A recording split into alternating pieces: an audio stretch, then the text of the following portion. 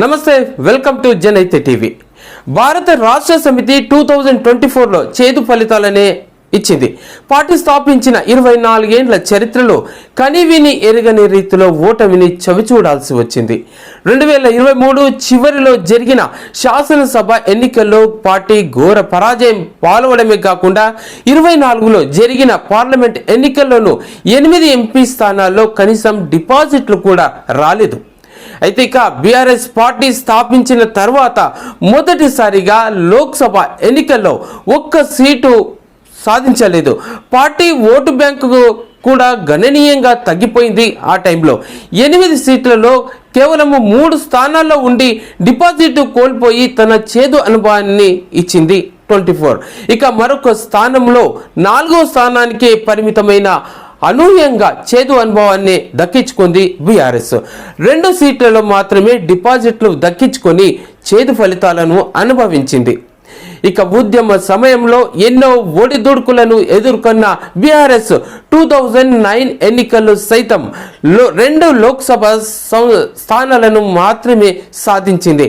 అయితే ఒక పార్టీ అధ్యక్షుడు మాజీ ముఖ్యమంత్రి కేసీఆర్ ప్రాతినిధ్యం వహిస్తున్నటువంటి లోక్సభ నియోజకవర్గంలో పార్టీ 3వ స్థానానికే పరిమితం కావడం చాలా విచారకరమైనది.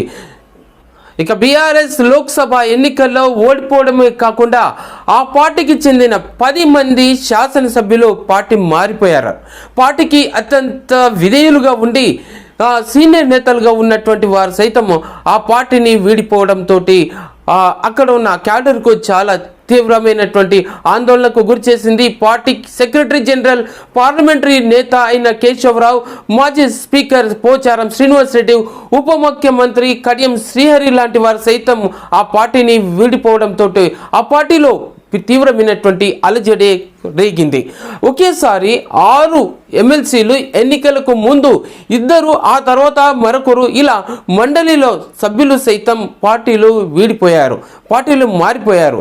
అయితే ఆ తర్వాత ఢిల్లీ లిక్కర్ స్కామ్ లోపల, ఢిల్లీ లిక్కర్ విషయంలోనూ ఈడీ, సిబిఐ నమోదు చేసినటువంటి కేసు విషయంలో శాసన మండలి సభ్యురాలు మాజీ సీఎం కేసీఆర్ కూతురు కల్వకుంట్ల కవిత కూడాను జైలు జీవితం అనుభవించాల్సినటువంటి సమయం వచ్చేసింది. అప్పట్లో 2024లో లిక్కర్ స్కామ్లో ఆమెను ఈడీ అధికారులు అరెస్టు చేసి తిహార్ జైల్లో ఉంచారు.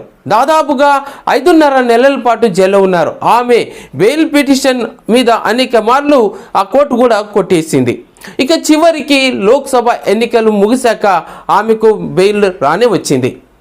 ఇక ఆ తర్వాత లోక్సభ ఎన్నికలు, ఆ తర్వాత షెడ్యూల్ ఇచ్చినటువంటి తరుణంలో ఆ రోజు అరెస్ట్ అయిన కవిత తర్వాత లోక్సభ ఎన్నికలు ముగిశాక ఆమెకు బెయిల్ రావడం చాలా విచారణకు హాజరవుతున్న సమయము. జైలు నుంచి వచ్చిన తర్వాత ఆమె రాజకీయంగా క్రియాశీలకంగానే ఇక అప్పుడు జనంలోకి పనిచేస్తూనే వస్తున్నారు.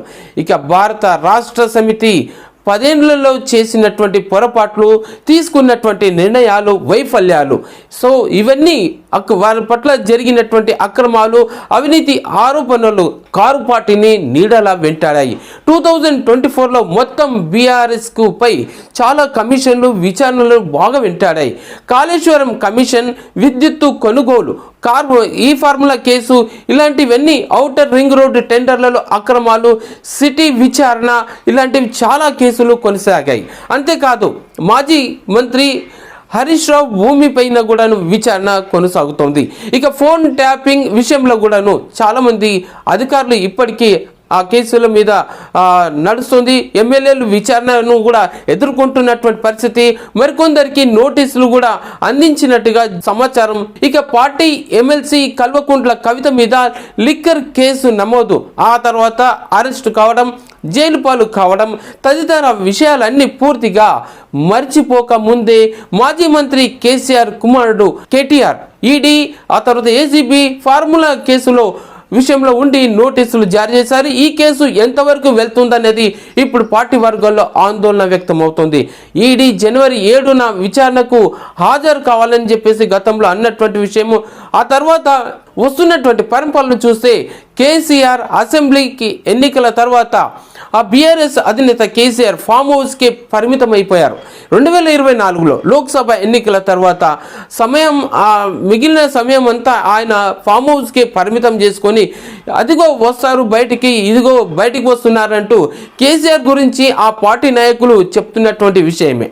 కానీ ఆయన బయటికి రాలేకపోయారు. ప్రభుత్వ పాలన ఏడాది గడిచిపోయింది, ఇంతవరకు బయటికి ఆయన అడుగుపట్టలేదు. ప్రతిపక్షంగా ఉన్నటువంటి కేసీఆర్ 2024లో 1-2 రోజులు మాత్రమే అసెంబ్లీకి రావడం, అది కూడా బడ్జెట్ ప్రవేశపెట్టిన రోజున అలా వచ్చి ఇలా వెళ్ళిపోయారు. అసెంబ్లీకి రాకపోవడాన్ని కాంగ్రెస్ పార్టీ రాజకీయంగా ఉపయోగించుకున్న ఇంతవరకు ఆయన రాలేదు.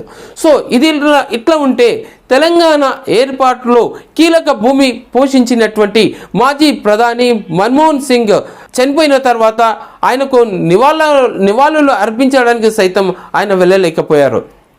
సో మొత్తం మీద చూస్తే బీఆర్ఎస్ పార్టీకి 2024 చేదు అనుభవాలనే మిగిల్చిందని చెప్పొచ్చు.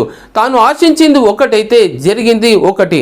ఆయన ఎంతోమందిని నమ్ముకున్నటువంటి బ్యూరోక్రాట్లు సైతం ఆయనకు వెన్నుదన్నుగా నిలవాల్సింది పోయి ఆయన ఇచ్చినటువంటి విశేషమైనటువంటి ఆ ఫ్రీనెస్ని వారంతా ఉపయోగించుకొని మొత్తానికి వెన్నుపోటు పొడవకుండానే పొడిచినట్టుగా తయారైపోయి ఇప్పుడు జనంలోకి వెళ్ళలేకుండా ఉన్నటువంటి కేసుల విచారణలతోటి ఆ కాలం గడిపిస్తున్నటువంటి పరిస్థితి ఎదురవుతుంది. ఇక జనంలో వారికి ఉన్నటువంటి సింపతి ఏ విధంగా రాబట్టుకోవాలన్నటువంటి ఆలోచనలో తర్జన భర్జనలు అవుతున్నారు.